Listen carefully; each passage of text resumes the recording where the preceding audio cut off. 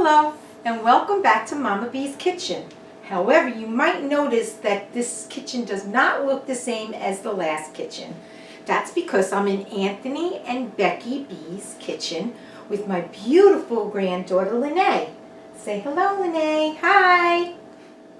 So today we're going to make tomato sauce and meatballs. There's a little controversy over whether it is sauce or gravy. And I have to tell you that growing up, we always had Sunday gravy.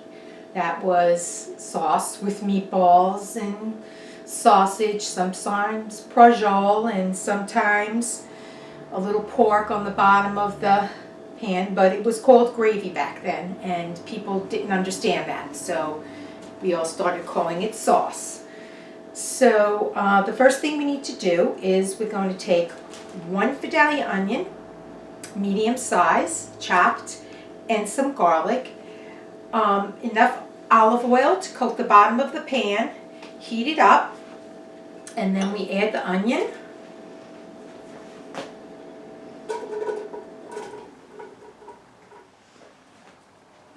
and about 2 tablespoons of garlic. The rest of the garlic that's in here is going to go in the meatballs. So you leave that in the oil to simmer till the onions and garlic get soft. So the onions and garlic look ready to go, and we're going to start adding the crushed tomatoes into the onions and garlic. That's pretty much what it should look like. We'll simmer down. So we're going to do it a can at a time, and as we add, we're going to add a half a can of water to get the rest of the tomatoes out. Warm water to each one.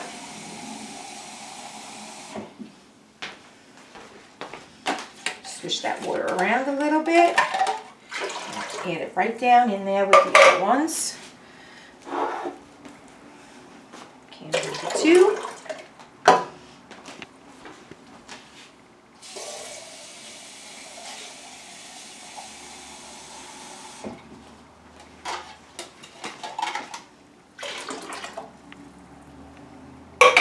Turn the heat up a little bit to start warming that up.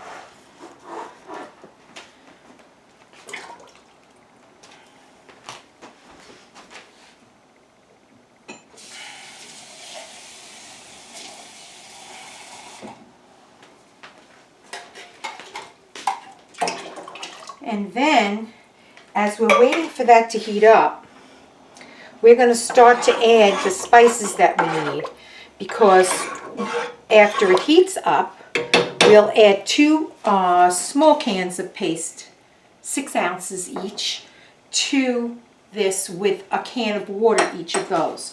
So to this, I'm adding 2 tablespoons of parsley,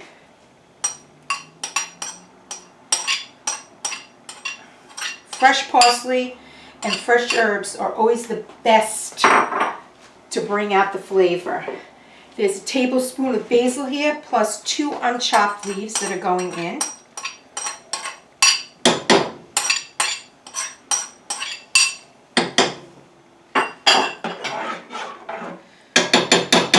And a tablespoon of fresh oregano, chopped.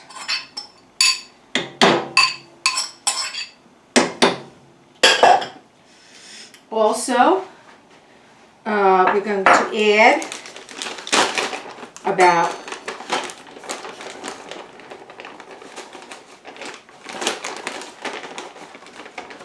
a half a cup of pecorino romano cheese, and pepper to taste.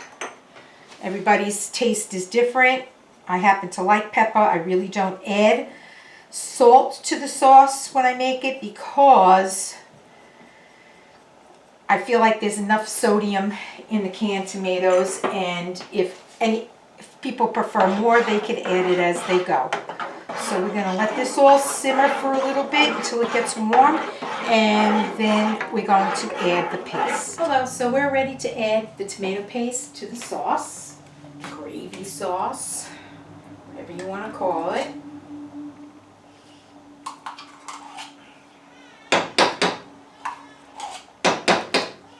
As I said before, a can of hot water with each one.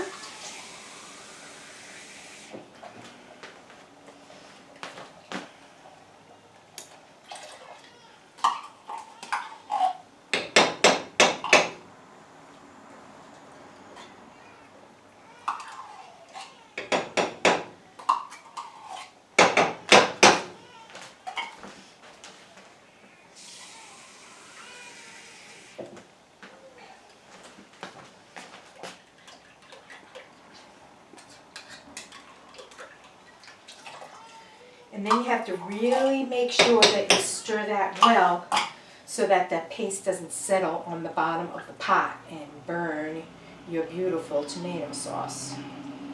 So we'll stir that, and then we'll put a cover on so that it'll simmer nicely while we begin to make our meatballs that are going to go in our sauce. So a couple of things. The first thing that I put in the pot, in the bowl, to make the meatballs are the eggs. So I have approximately 3 pounds of meat, 2.95 pounds of meat. So I put 4 jumbo eggs in there, and I'm going to whisk those eggs and add a little bit of warm water. And I'm thinking probably about a half a cup. Maybe between a quarter and a half. I don't usually measure, so this is an experience for me to be measuring and telling you how I do this, because I've been doing it a very long time and I always use my hands and my eyes to figure out what I need in it. So we're going to whisk up these eggs really well and add a little warm water to that.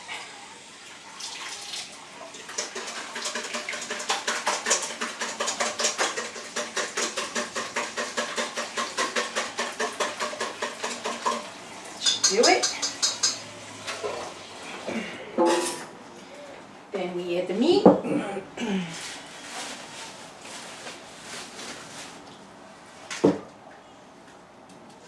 And then the garlic.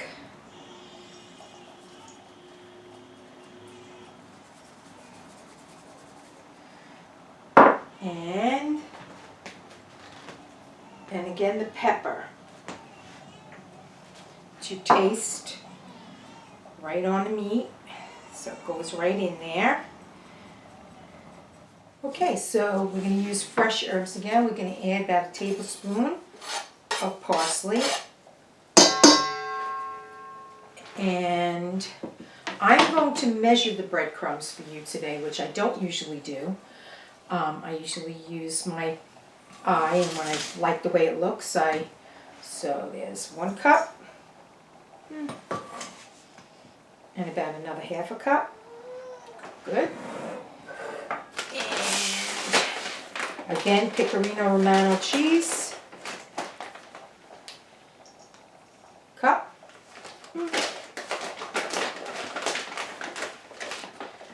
And another 3/4 of a cup. And that is what we add to the meatballs. And now I'm going to just mix it up.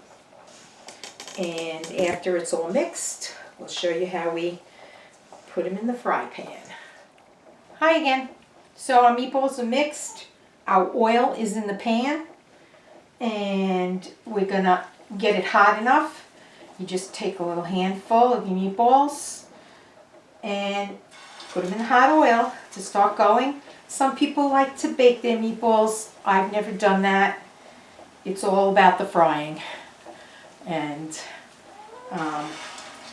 we've always done it that way. So after you get them all in there, you also have to make sure that you have an extra bowl to put the fried meatballs in, because we don't put them right in the sauce. There's always somebody that wants to do a little taste test and have a meatball lollipop before they go in the sauce. I know my family always did that. Growing up, meatballs and sauce started at 7 o'clock in the morning on a Sunday, and before you went to church, you were dying because you couldn't have one in order to receive communion. So those fried meatballs would be waiting for you when you got home from church. And that was the best breakfast on a Sunday. So they brown up pretty quick. You're going to brown them on all sides. And then you're going to put them in that extra bowl before we put them in the sauce. And as you can see, the sauce is really starting to simmer away. And these are going to just need it. And we're going to have to do a couple of more sessions of meatballs in the pan. And then once they're all done, we'll have our taste testers and we'll get them in the sauce. And then the sauce just has to simmer for a couple of hours. And then you can make your whatever pasta you like. And I'll show you the finished product before we sign off. Okay, so we're back. The meatballs are all fried up and we're ready for a taste test. So let's get those taste testers in here. And